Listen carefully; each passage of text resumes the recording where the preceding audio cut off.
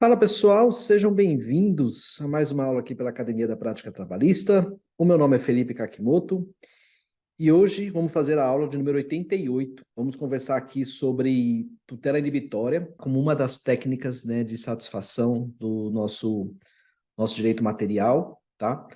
Vamos conversar um pouco sobre as diferenças, né, e a relação dessa tutela inibitória com a tutela antecipada, com a tutela cautelar, né, as tutelas de urgência que a gente tem no CPC também, né, tutelas preventivas, assim como a tutela inibitória.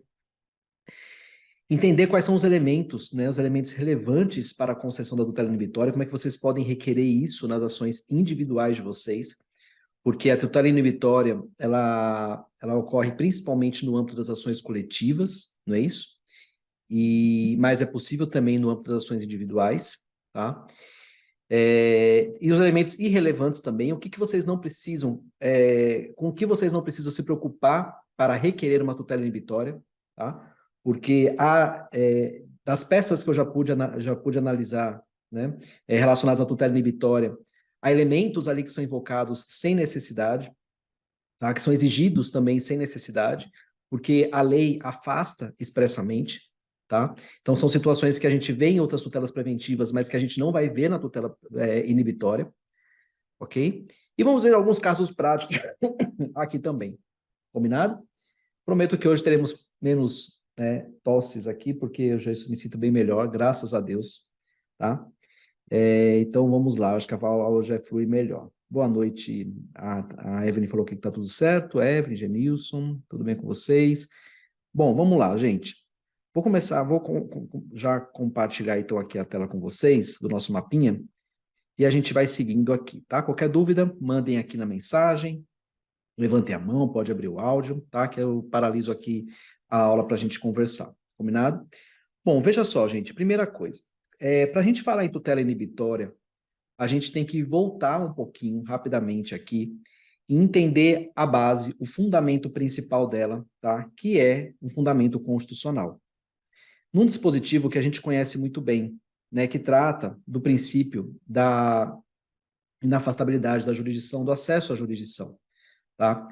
E o inciso 35, lá do artigo 5º da Constituição Federal, ele fala que a lei não excluirá da apreciação do Poder Judiciário lesão, né, a direito ou ameaça a direito.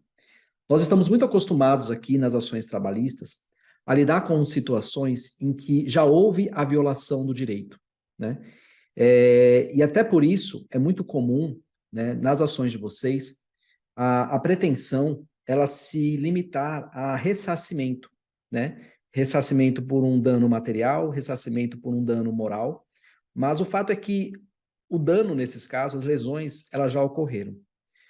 Só que essa não é a única possibilidade de mediação do Poder Judiciário, né? De a gente provocar o Poder Judiciário para estabelecer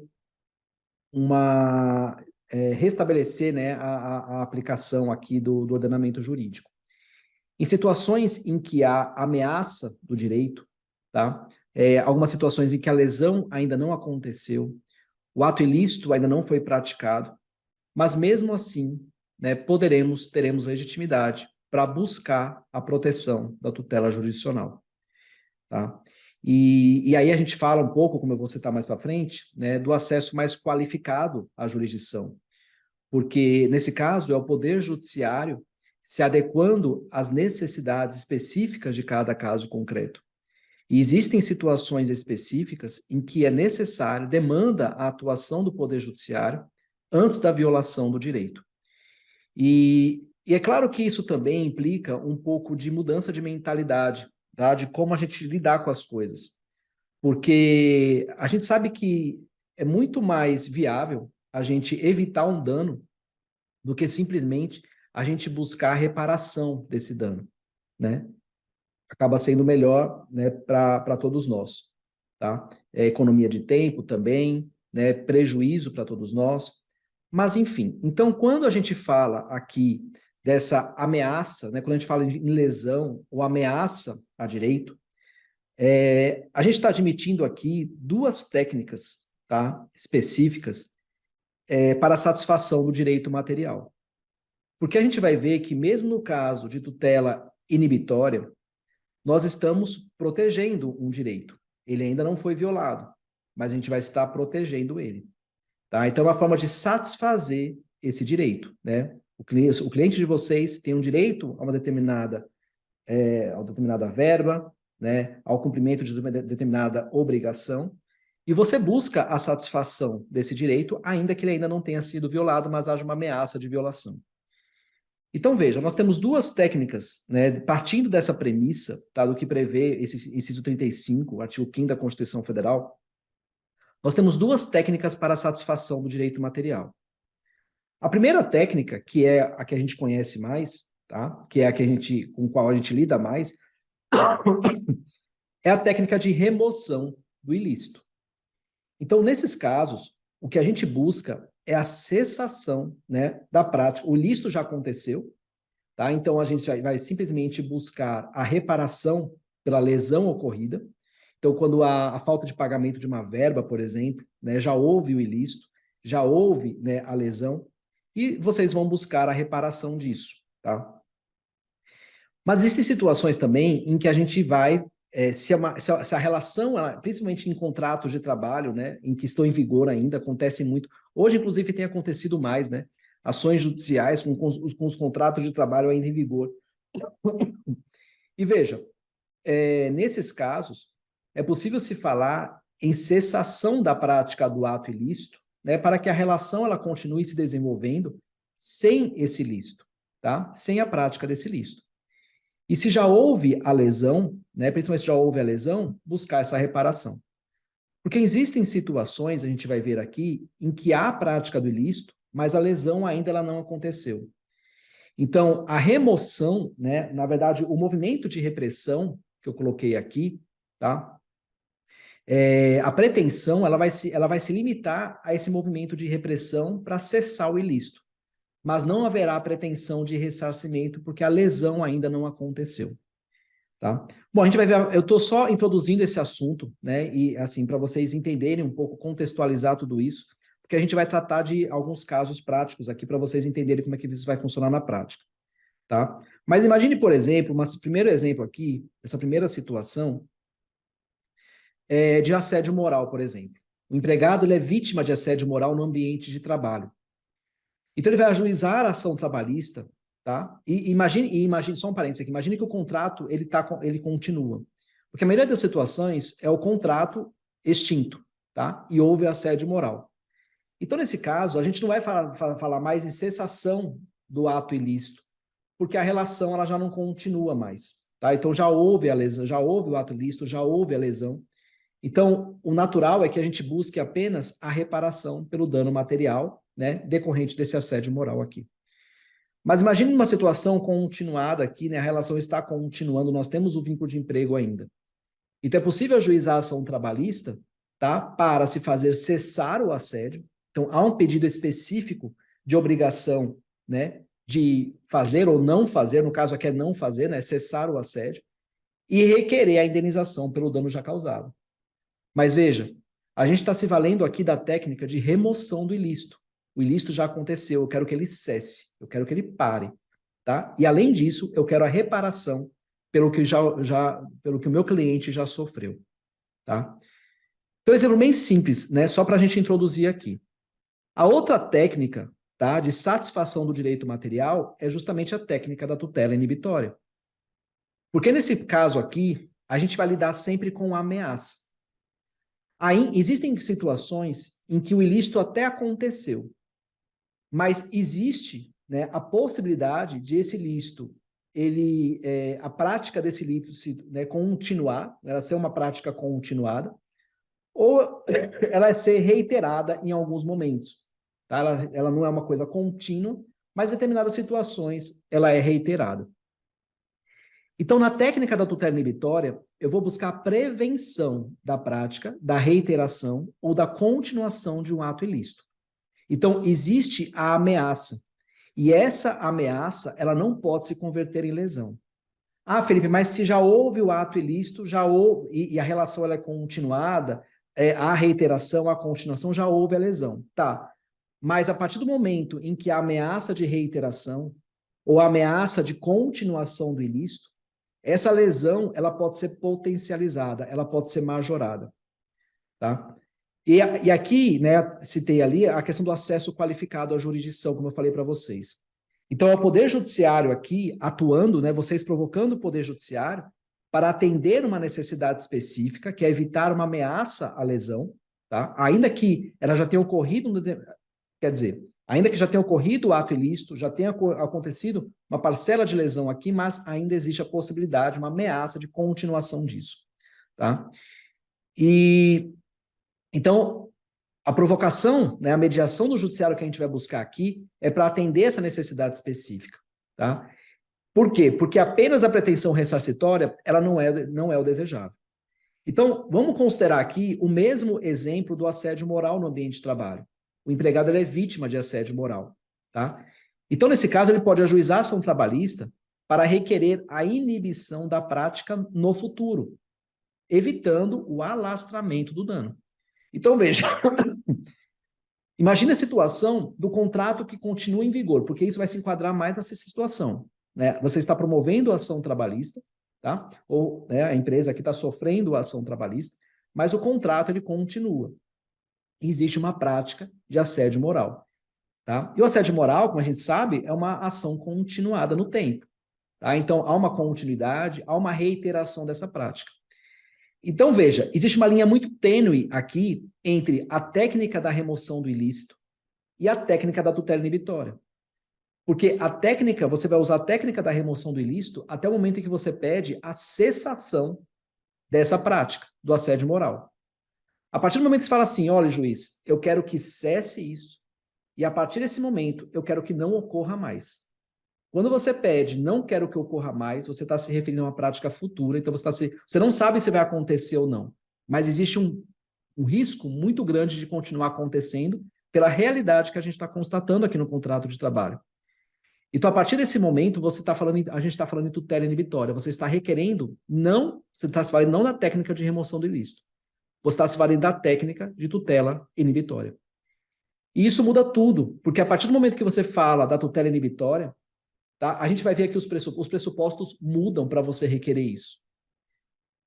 No assédio moral, quando você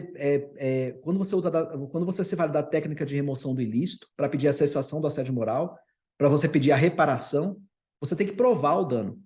Você tem que provar a ocorrência da prática do ato ilícito, a ocorrência do dano. E na tutela inibitória, não. A gente não fala em dano.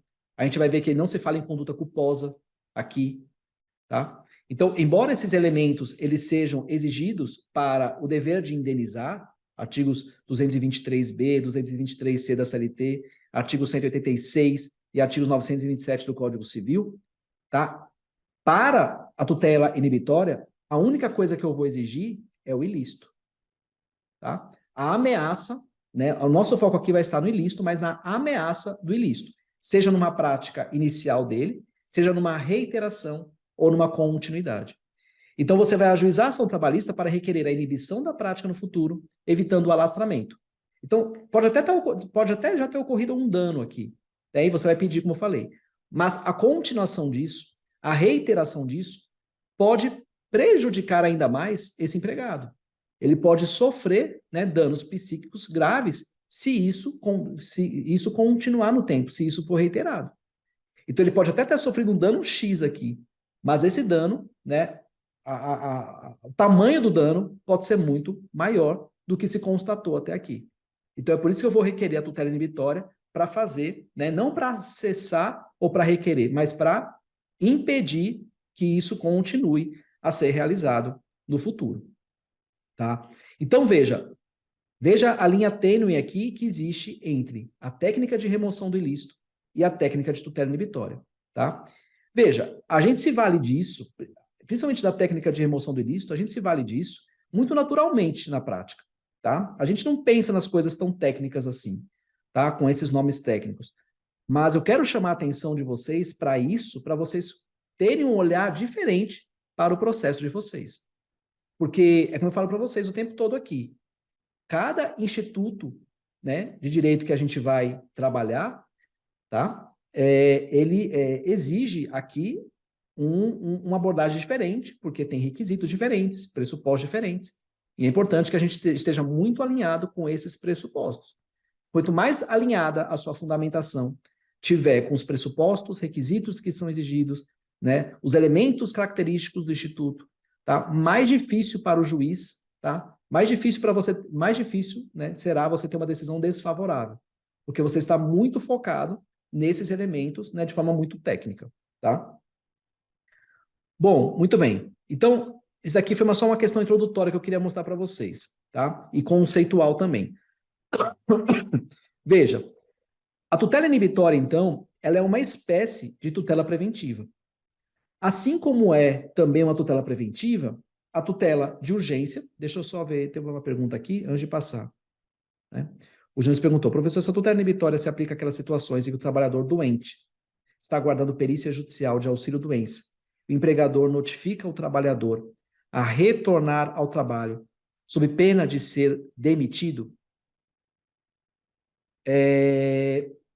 Veja, Genilson, pode ser sim, tá? Existe aqui, diante dessa prática do empregador, existe uma ameaça, né, de violação a algum direito que você queira defender, tá? Eu não estou nem entrando no mérito aqui se existe o direito ou não, se existe ameaça ou não. Mas a partir do momento em que você verifica, você sempre vai focar na ameaça. Quando a gente fala em tutela inibitória, a gente fala em ameaça à violação de um direito. Ameaça ao ilícito. Quando eu falo em ato ilícito, ilícito aqui é aquela conduta que é vedada pelo ordenamento jurídico. Veja, você se faz aquela pergunta, o empregador, ele pode fazer isso ou ele não pode fazer isso? Não, não pode porque a lei veda.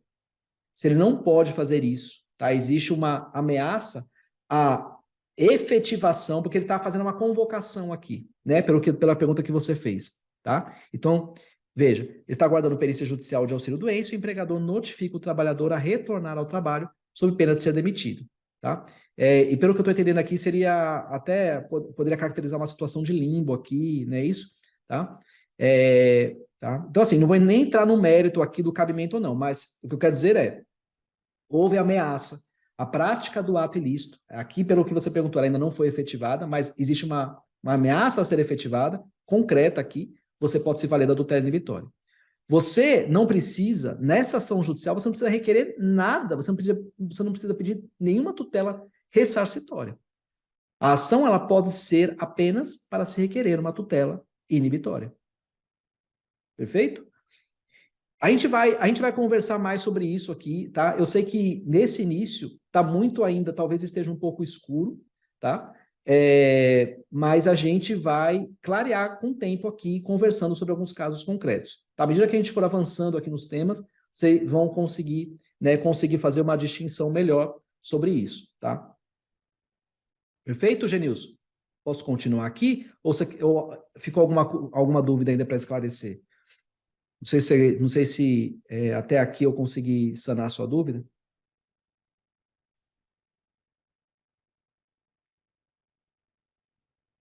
Perfeito. Então, vamos lá. Veja, a tutela inibitória, então, ela é uma tutela preventiva, assim como é a tutela de urgência, tanto antecipada como a cautelar. Veja, eu coloquei aqui, até coloquei a tutela de urgência antecipada como algo que não se confunde a tutela preventiva, mas eu coloquei mais para fins didáticos, para vocês entenderem um pouco a distinção. Porque, veja, a tutela antecipada, como a gente está acostumado a lidar, né, nas ações trabalhistas, o que a gente busca na tutela antecipada?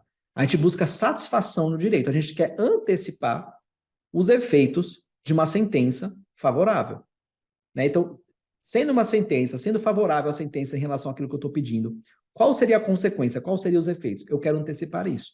Então, eu estou antecipando a satisfação do direito para evitar um dano irreparável ou de difícil reparação. Então, é uma medida urgente, tá?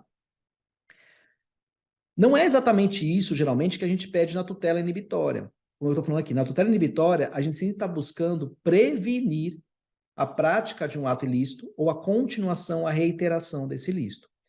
Só que é possível a gente requerer uma tutela inibitória, né, em tutela antecipada.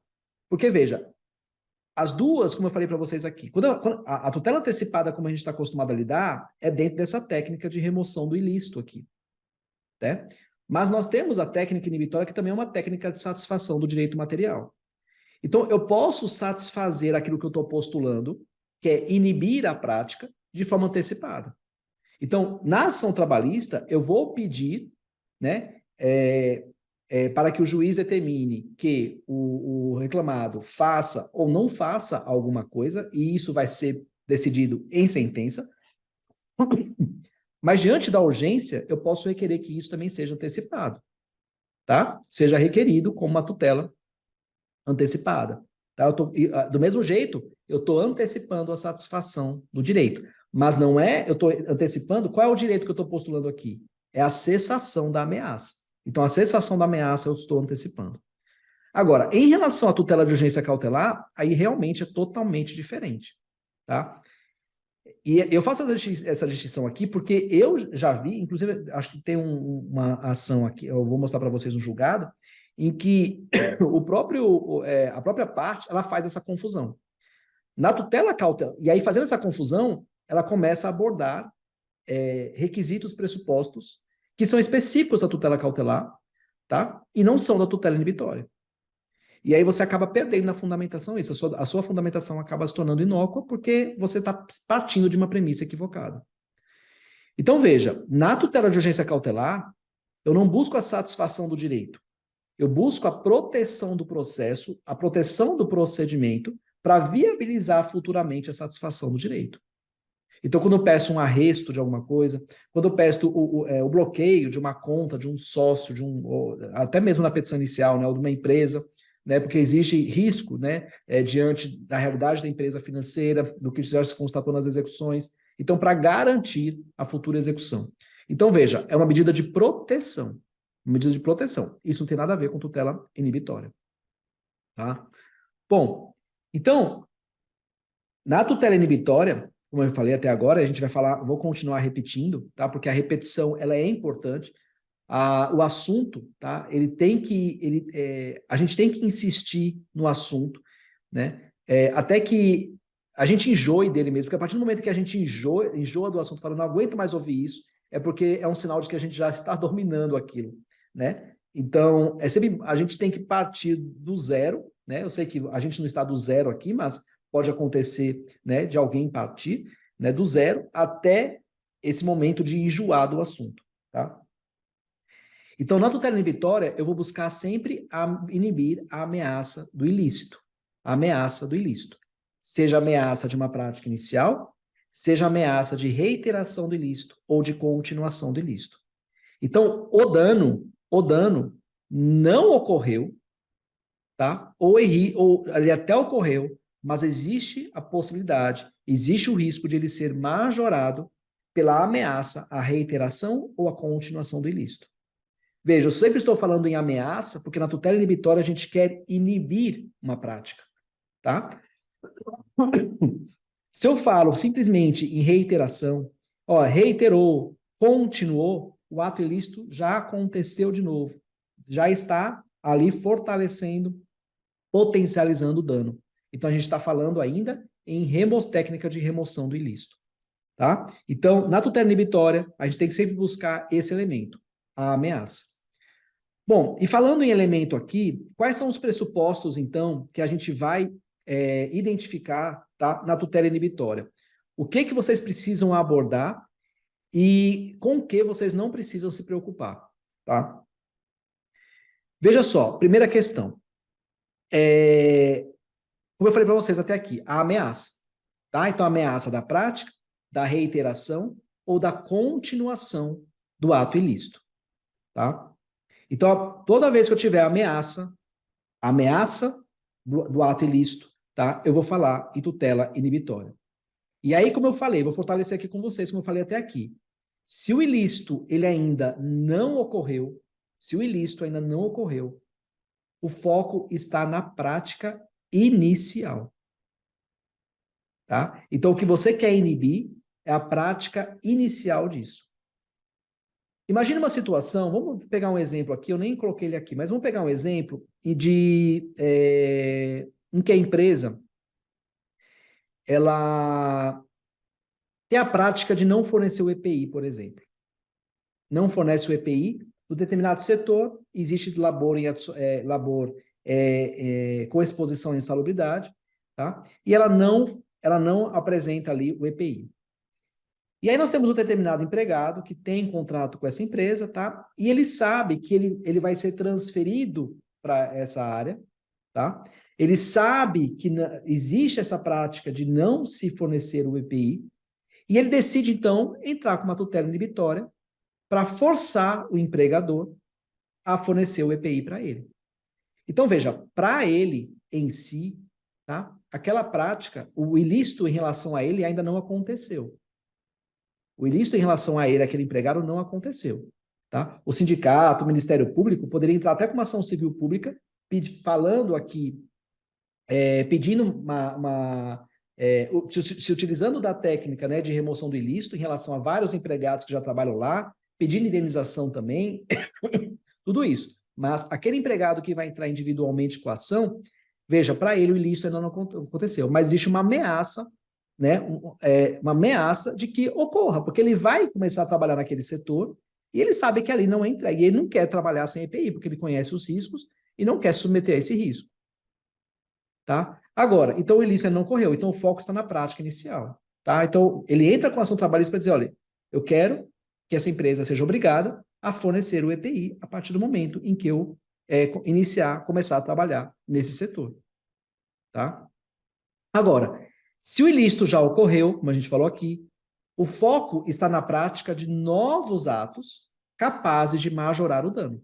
Então, o foco está na reiteração ou na continuação, como eu falei aqui. Então, numa mesma ação, você pode ter a técnica de remoção do ilícito, então você pode requerer, você pode buscar uma tutela ressarcitória, tá? Mas, e também, num segundo momento, você pode pedir a tutela inibitória para que isso não ocorra mais a partir daquele momento. Tá? Bom, então, a ameaça da prática de reiteração, da continuação. Esse é o primeiro pressuposto. Além disso, veja, essa ameaça ela tem que ser real e concreta. Não pode ser simplesmente um receio do empregado. Tá? A tutela inibitória ela não se funda em mero receio. Quando você vai pedir a tutela inibitória, esse pedido tem que estar fundado em alguma ameaça concreta, em alguma ameaça real. Não necessariamente essa ameaça precisa ser atual. A gente vai ver alguns julgados aqui, tá? Do próprio TST. Mas ela precisa ser real e concreta. Tá? Ameaça real e concreta do adimplemento de qualquer obrigação. Então, cabe à parte que vai requerer a tutela inibitória aqui apresentar a prova dos fatos que denotam essa ameaça do ilícito. Para que você diga que existe ameaça do ilícito, isso tem que estar fundado em alguma coisa, em alguma evidência, algum fato que evidencie isso. Tá? Eu falei aqui do exemplo dos EPIs, do empregado que vai assumir num determinado setor uma nova função. Então, veja, qual é a ameaça real e concreta aqui? Qual é o fato que evidencia isso? O fato de a empresa não respeitar, não cumprir essa obrigação de fornecer os EPIs para outros empregados. Então, é algo concreto, é algo real, não é um mero receio. Existe realmente algo real ali acontecendo, um ato ilícito real acontecendo. Tá? Veja, eu quero ver com vocês dois julgados aqui, eu quero mostrar para vocês dois julgados aqui, tá? Um do TRT2 e um do TRT1, que vai demonstrar mais ou menos isso daqui, tá? Vamos a eles. Veja só.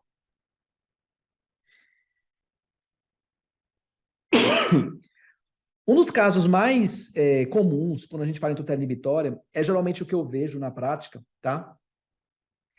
É a possibilidade, a ameaça, né, de empregado sofrer alguma retaliação pelo ajuizamento de uma ação trabalhista.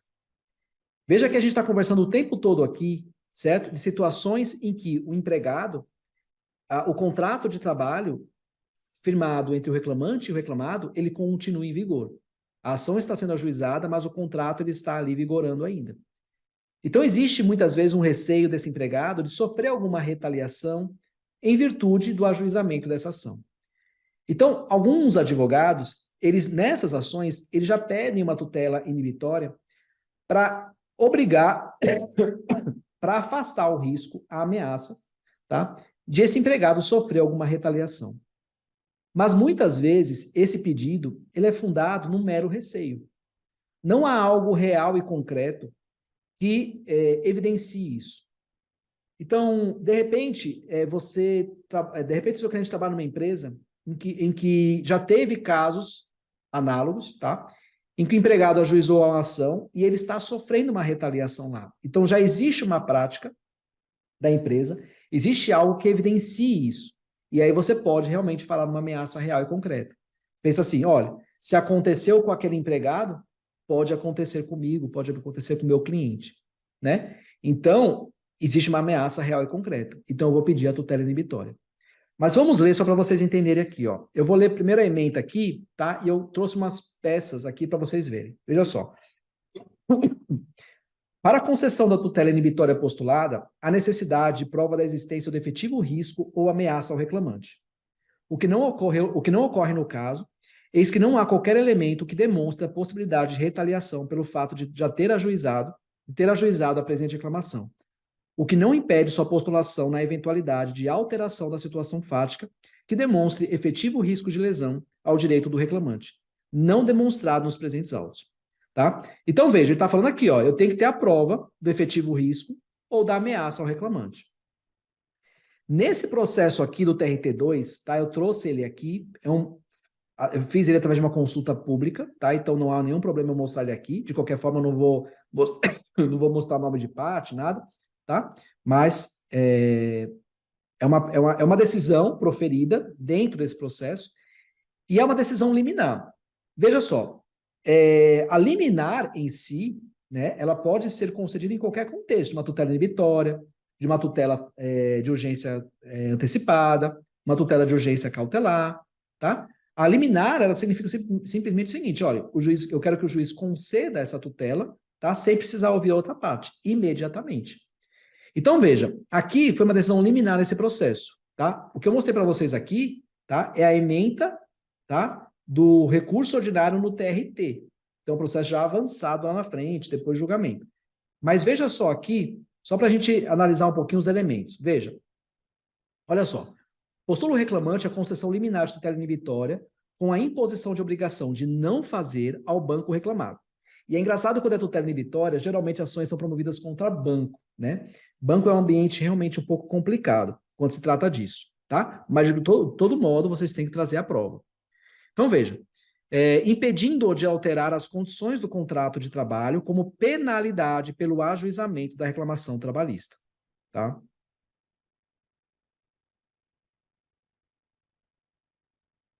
Pessoal, deixa eu só ver um negócio aqui. Ah, tá. Voltando aqui.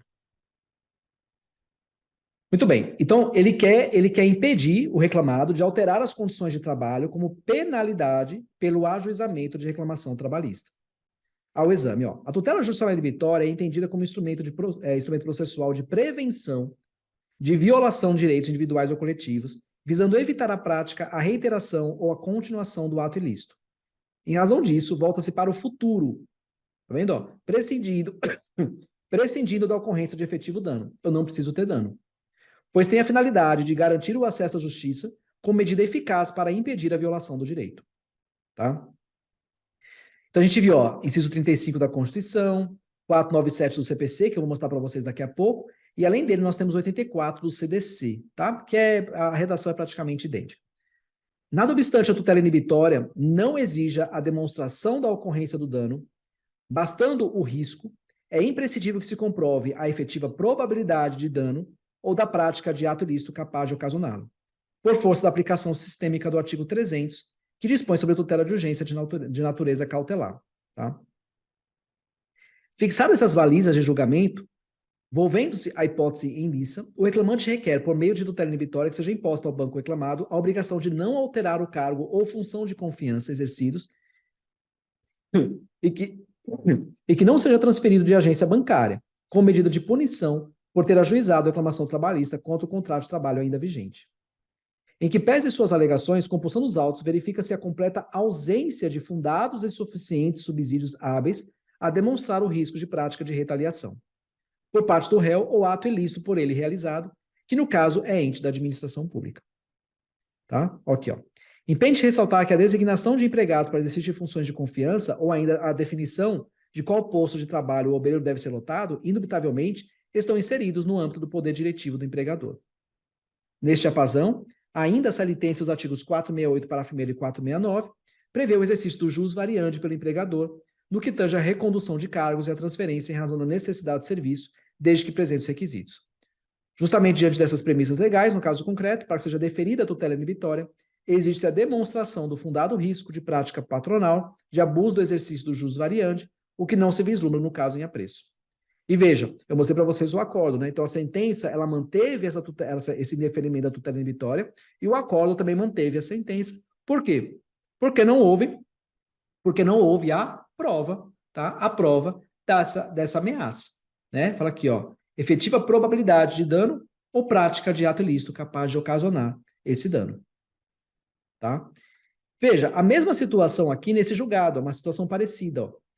A tutela inibitória encontra guarida na garantia fundamental e individual de que toda e qualquer lesão ou ameaça à lesão de direito encontra sob mandato da tutela jurisdicional, conforme reza o artigo 5º, inciso 35. Atualmente, com o advento do parágrafo único do 497, a controvérsia relativa ao cabimento da tutela inibitória perdeu completamente sua razão de existir. O referido preceito legal, inclusive, deixou claro que, por se voltar para o futuro, a tutela inibitória não exige a demonstração de ocorrência de dano e a existência de culpa ou dolo. A gente vai tratar disso, tá?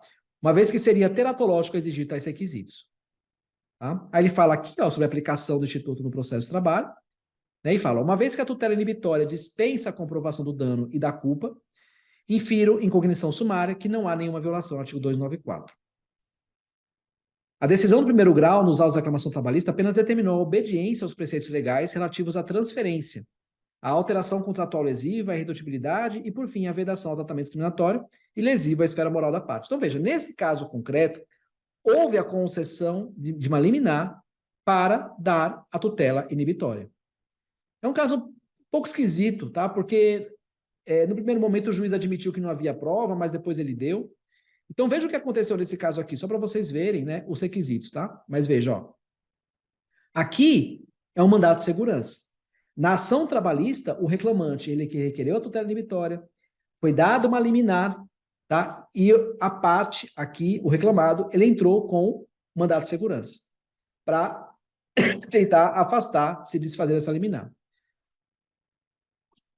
Veja só. Rapidinho aqui, ó. Requer a parte autora a concessão de tutela inibitória com o intuito de resguardar atos de retaliação do reclamado pelo ajuizamento da presente reclamação trabalhista até o trânsito julgado da ação, para que a ré se abstenha de praticar a dispensa da empregada ou qualquer alteração do seu contrato de trabalho, alterar cargo, reduzir remuneração, transferi-la de agência ou posto, lhe causar humilhações ou constrangimentos, sob pena de multa diária. Na inicial, que a parte autora foi admitida em 19 de abril de 2002, mantém o contrato ativo e exerce a função de técnico. Aí ela fala aqui, ó, tutela inibitória, admitida no processo de trabalho, tá? Mas há que se ter cautela em seu deferimento, especialmente nas relações de emprego, sob pena de mitigação do poder diretivo do empregador. Aí veja só, na hipótese dos autos, em que pese as argumentações trazidas pela parte autora, certo é que não há elementos que demonstrem a adoção de atos retaliatórios pela ré, a fim de caracterizar o fundado receio necessário à concessão da tutela inibitória, não bastando ao pretendido o simples temor. Como eu falei para vocês, não basta o mero receio, não basta o mero temor do empregado. Eu preciso de fatos concretos, tá? Então ele fala aqui, ó, faz mister a constatação de elementos mínimos acerca da prática empresária, de caráter dissuasório, ou seja, a evidência de conduta reiterada da empregadora, no sentido de promover a alteração contratual prejudicial em decorrência do ajuizamento de reclamação trabalhista pelo empregado, com pretensões análogas às deduzidas dos presentes autos. Então, veja, numa situação como essa, em que há um pedido de tutela inibitória como esse, para se evitar retaliações, é bem interessante você buscar outros casos que, de repente, tenham acontecido. Tá? Enfim, documentos que demonstrem diálogos e que evidenciem ali alguma ameaça, tá? Caso haja o ajuizamento de ação, tem que ter uma prova. Tá? Agora, mesmo assim, ele veio aqui, ó, quanto à abstenção de alteração contratual lesiva, redução de remuneração e transferência do local, defira a tutela inibitória, nos termos da lei que disciplina tais matérias, ou seja, os artigos 468 e 469, que devem ser estritamente observados pela ré, que deverá abster-se ainda de praticar ato discriminatório que possa causar humilhação ou constrangimento à autora, sob pena de fixação de abstenentes. Veja. Então, o que o juiz aqui do processo, o juiz da vara fez? Né? Ele até admitiu que não há elementos aqui, mas no final acabou admitindo e concedendo em parte a tutela inibitória para algumas questões. Então ele disse, olha, de qualquer forma já existe o direito 468 e 469. Não pode haver alteração contratual ilícita, tá? Não pode haver, né, transferência também sem observar os requisitos da lei. Então a empresa deve observar isso. Foi essa tutela inibitória que ele deu. E aí veja, a parte entrou com mandado de segurança. Aí veja só algumas coisas que ela falou aqui, ó. Então, mandado de segurança, que deferiu em parte a tutela antecipada inibitória, para que a Câmara se abstivesse de qualquer alteração contratual lesiva, né? Blá, blá, blá. Aí veja, alega impetrante, aqui é um resumo, né, do que ela alegou. Alega impetrante que a R-decisão proferida pela autoridade da coatora afere direito líquido e certo, na medida que se trata de típica tutela cautelar. Não é tutela cautelar. Aí ela verá, sem haver qualquer demonstração da prova inequívoca do direito ou do dano de difícil ou onerosa reparação. Então, veja, já está partindo de uma premissa equivocada aqui. A tutela inibitória não se confunde com uma tutela cautelar. Tá? E por conta disso, a gente não vai exigir demonstração, né, de dano aqui. Tá? A gente sempre tem que focar na ameaça. Aí veja, sustenta que sequer houve a oitiva da reclamada, tendo sido marcada a audiência inaugural. Acrescenta que não há nenhum indício da prática de ato ilícito em face da hora terceira interessada. Não precisa ter a prática do ato ilícito, basta ver a ameaça à prática do ato ilícito. Tá? E pelo que eu pude, eu só li as decisões, né, não li todo o processo, mas por essa decisão, seria possível impugnar essa decisão apenas pelos seus termos aqui, dizendo o seguinte, olha, o próprio juiz de primeira instância admitiu que não há nenhuma prova sobre ameaça de retaliação. Se não existe evidência disso, tá? Não tem que conceder tutela nenhuma. Tá? Então, seria mais ou menos esses termos, não precisava entrar no mérito, né, dificultar ainda mais, confundindo os institutos, falando sobre elementos que não são necessários aqui. Tá? Então, só para ilustrar aqui o que eu estou comentando com vocês, a necessidade de observar a natureza, identificar o instituto, identificar os elementos, pressupostos dele. E como eu falei para vocês, o ilícito não precisa ser atual. A constatação da ameaça, da prática ou da reiteração é suficiente para a concessão da tutela inibitória. Vai ter 2 julgados do TST, eu vou mostrar para vocês ainda, num outro momento, né, que fala sobre a questão da inexigibilidade dessa atualidade. Tá? Vamos lá. E aí, 2 observações aqui. É irrelevante a ocorrência ou a demonstração do dano. Então, como a gente falou até agora, não se exige a ocorrência do dano e não se exige a conduta culposa da parte reclamada. Culpa em sentido lato, tanto culpa quanto dolo. Agora veja, numa ação trabalhista, em que você vai lidar com as 2 técnicas, tanto de remoção do ilícito, quanto de tutela inibitória, para a fase de remoção do ilícito, ali no exemplo do assédio moral, já houve o ilícito, já houve o dano, ali você vai ter que comprovar, para você pedir indenização por dano moral, você vai ter que comprovar o dolo ou a culpa, né, porque isso integra, né, o ato ilícito em si. Você vai ter que provar o dano e o nexo de causalidade entre eles. Então, aí são os elementos lá dos dispositivos da CLT e do Código Civil que eu já mencionei aqui para vocês. Tá? Agora, saindo da técnica de remoção do ilícito para ir para a tutela antecipada, veja, na mesma ação, como a gente já comentou aqui. A partir desse momento, você não precisa provar mais nada. Não precisa ver dano. Você está querendo evitar algo. Você está querendo evitar a prática. Você está querendo evitar a reiteração. Você está querendo evitar a continuação do ilícito. Então, você não precisa provar você não precisa provar a prática dele em si. Embora o que você já tratou antes na técnica de remoção do ilícito, isso aqui já evidencia muito bem a ameaça de que isso continue. Então, o simples fato de já ter ocorrido, de você já estar pedindo uma tutela ressarcitória nessa ação, ela já é um fundamento para você também requerer a tutela inibitória para frente. Tá?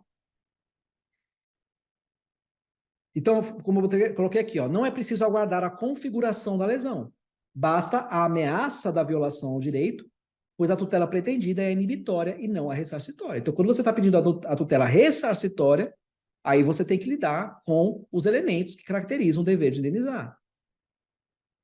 Tá? E aqui, ó, o dano e a conduta culposa do empregador são exigidos para a caracterização do dever de indenizar, tutela ressarcitória, né? Para fortalecer aqui o que a gente está conversando.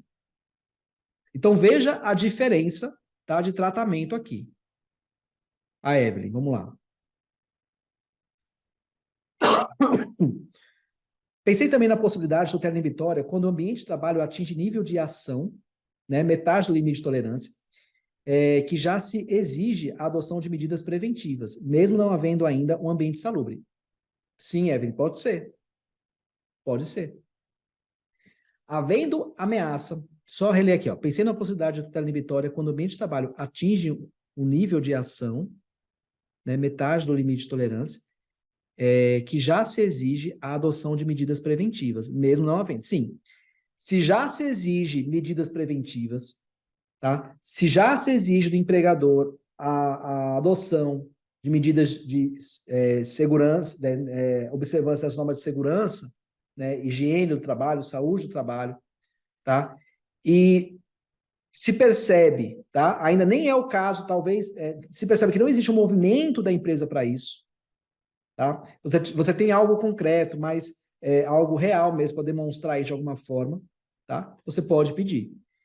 É sempre isso. Existe uma ameaça à violação do direito. Se existe uma ameaça aqui da prática de ato ilícito, de a violação do direito, tá? Eu vou ter a tutela inibitória. A possibilidade de tutela inibitória. Tá? E veja só que interessante, eu não citei isso para vocês, mas em relação à técnica de remoção do ilícito, eu posso falar em ato ilícito e pedir a cessação do ato ilícito e ainda não ter ocorrido o dano, não pedir a tutela ressarcitória. Pensa na questão dos EPIs, por exemplo. Ou até esse exemplo que a Evelyn deu aqui. Tá? Aqui eu não sei se ainda, no exemplo da Evelyn, acho que ainda não houve a caracterização do ato ilícito, a prática do ato ilícito em si, só existe a ameaça da prática, né? Então é tutela inibitória. Mas a situação dos EPIs. Meu cliente trabalha, meu cliente trabalha em um ambiente em que se exige realmente um ambiente salubre ou a risco e exige a adoção de EPIs, alguns equipamentos de segurança, tá? Trabalha com alguma máquina, tá? E precisa ver algum dispositivo na máquina precisa ser implantado e não foi implantado. Veja, a partir desse momento já houve a caracterização do ato ilícito. O ato ilícito já foi praticado. Porque já se exige do empregador uma medida, tá? E essa medida não foi adotada ainda. Então, se já se exige e ela não foi adotada, já houve o ato ilícito. Pode nem ter acontecido ainda um acidente. Meu cliente não sofreu um acidente. Tá? Não houve nenhum dano concreto a ele ainda. Mas houve o ato ilícito. Então, eu vou me valer da técnica de remoção do ato ilícito apenas para sobrestar isso. E aí, de forma cumulativa, eu posso pedir a tutela inibitória, né, para que isso não se repita mais. Para que esse tipo de omissão não se repita mais. Evitando a reiteração, a continuidade de ilícito. Evitando a ocorrência de um dano. Tá? Evelyn, respondi sua dúvida, Evelyn? Tá sanada? Sim, Felipe, certíssimo. Tá, né? Perfeito. Então, vamos lá. Veja só. Então, a gente falou dos pressupostos aqui. Vamos falar um pouquinho das medidas de efetivação da tutela, tá?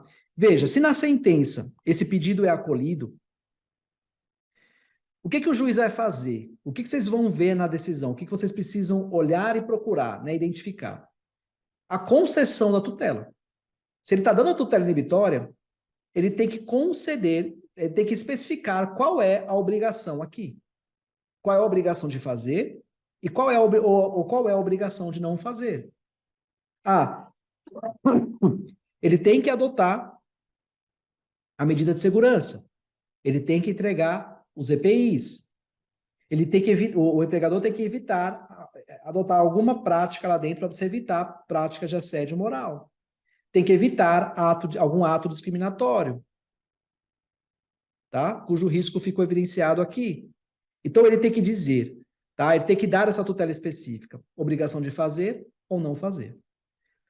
Agora, é possível também que o cumprimento da obrigação em si, o fazer ou não fazer, ele não seja viável por algum motivo. Então, o juiz ele pode conceder, né, uma tutela, né, pelo resultado prático equivalente, ou seja, alguma outra medida que substituiria isso, tá? E seria equivalente ao cumprimento da obrigação. Tá? E essa tutela, ela tem que ser satisfatória para o reclamante e tem que ser proporcional também à obrigação imposta. Um exemplo muito típico disso, tá? E vai ser até um exemplo que a gente vai ver também mais para frente, é a questão da conversão da obrigação em indenização. Tá? Acaba não sendo, às vezes, muito... Veja, e essa indenização, às vezes, não acaba muito efetiva, porque pode levar, né, à ocorrência de um dano, mas essa indenização, tá, que vai substituir a tutela aqui, ela independe da realização realmente do dano. Porque ela está substituindo aqui essa tutela inibitória. Tá? Isso está no artigo 497. Vamos ler aqui rapidinho o 497. Só para vocês aqui, ó. Na ação que tenha por objeto a prestação de fazer ou de não fazer, o juiz, se procedente pedido, considerar a tutela específica ou determinará providências que assegurem a obtenção da tutela pelo resultado prático equivalente. Para a concessão da tutela específica destinada a inibir a prática, a reiteração ou a continuação de um ilícito, olha aqui tudo que a gente conversou, ou sua remoção, tá? É irrelevante a demonstração da ocorrência do dano ou da existência de culpa ou dolo. Tudo que a gente conversou até agora quando a gente viu os pressupostos. Tá? Muito bem. Então, quais são as medidas de efetivação disso? São as medidas de efetivação de qualquer tutela aqui, né? Que a gente já lidar diariamente. Medida mandamental. A medida mandamental é simplesmente impor ao reclamado o fazer ou não fazer. E aquilo vai ser especificado na sentença. É a ordem de fazer ou não fazer. Mas muitas vezes isso não é suficiente. Então é necessário adotar uma medida coercitiva. Ou seja, impor ao reclamado uma sanção caso eventualmente ele venha descumprir essa ordem inibitória. Pode ser uma multa diária, pode ser a astraintes, né, que é um pouco diferente, né, a multa diária ela é aplicada, né, diariamente, a astraintes pode ser, né, através de uma periodicidade, mas não necessariamente diária, ou pode ser um valor fixado também, um valor único fixado. Tá? Eu já vi exemplos de uma medida coercitiva, a própria suspensão da atividade empresarial em um determinado setor de uma empresa. Tá? É uma sanção. Imagine, a gente está falando em acidente de trabalho aqui, em observância de regras de segurança do trabalho. Então, determinado, né, a depender do caso, a ordem de suspensão da atividade, ela pode ser realmente necessária, pertinente. Tá? Não adianta nada a gente simplesmente assegurar a indenização, né, diante de um risco de um falecimento de empregado no ambiente de trabalho. Não faz sentido isso. Tá? Então, já vi exemplos nesse sentido também. Tá? Além disso, nós temos as medidas subrogatórias. Existem situações em que o reclamado, o empregador sozinho, tá? Ele não consegue lidar com essa obrigação, ele não consegue cumprir isso. Tá? Nessas situações em que é identificada uma incapacidade, pode-se impor uma medida alternativa a essa ação do reclamado. E um exemplo típico disso é a nomeação de um administrador judicial na empresa. Então, veja, pensa no exemplo de falta de pagamento, atraso de pagamento salarial. atraso ou falta de recolhimento do FGTS, né? Ou seja, descumprimento de direitos trabalhistas, né, gerais, no geral aqui mesmo. Tá? Então, se ficar constatado que o empregador não tem capacidade para cumprir a tutela inibitória, que é o quê? Né? Fazer ou não fazer algo, ou seja, cumprir essas obrigações, o juiz pode adotar uma medida subrogatória aqui para que essas medidas sejam cumpridas de alguma maneira. Tá? Agora, pode ser que tudo isso não seja suficiente. Então, se adota uma medida executiva. É uma execução forçada do título judicial que concedeu a tutela inibitória. Tá? E nesse caso aqui, eu vislumbro, por exemplo, a possibilidade de conversão da obrigação em perdas e danos e aí se executar esse valor. Tá? Essa possibilidade de conversão da obrigação em perdas e danos tem previsão expressa no 499 do CPC, 251 do Código Civil. Tá? Então, essas são medidas, né, que vocês também podem identificar, né, tanto também postular, né, no momento de fazer o pedido da tutela inibitória, né, e cobrar isso do juiz também, dependendo sempre da necessidade de cada caso concreto.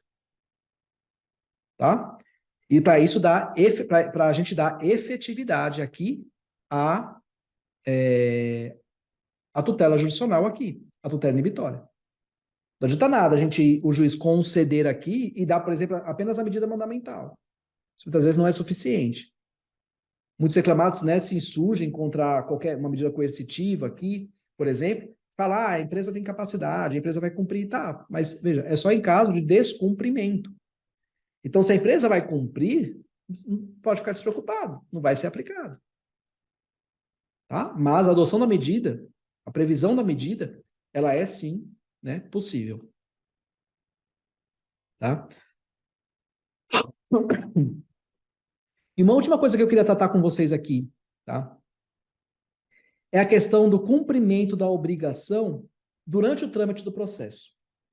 Veja, existem situações, existem casos em que a empresa, ela se vê, tá? Ela se vê diante de uma ação em que o empregado, ele está postulando a tutela inibitória, tá? Então se vê no risco de realmente o juiz conceder essa tutela, impor uma medida coercitiva, tá? Por exemplo, e ela vai lá e faz o seguinte, vamos cumprir, vamos resolver isso aqui. Então pensa, por exemplo, no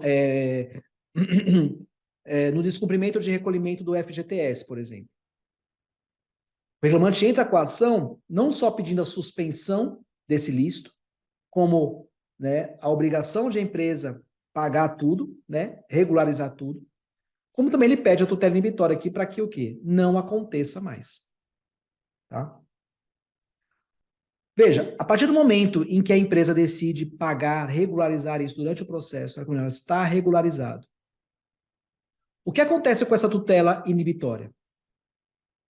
O reclamante perde o interesse de agir em relação a ela, ou mesmo assim ela terá que ser apreciada pelo juiz? Já que a gente está falando, a gente está querendo, né, preservar aqui, prevenir um ato ilícito futuro. Né? Então, numa situação normal, uma situação, né, em que a gente está falando aqui de técnica de remoção de ilícito, tutela ressarcitória, tá? A partir do momento em que ela cumpre a obrigação, né, muitas vezes há uma perda superveniente do interesse de agir aqui mesmo. O pedido fica prejudicado. É geralmente isso que a gente fala. Ó, o pedido está prejudicado. Houve pagamento, né? Às vezes é pedido de reintegração, já houve a reintegração. Então o pedido está prejudicado.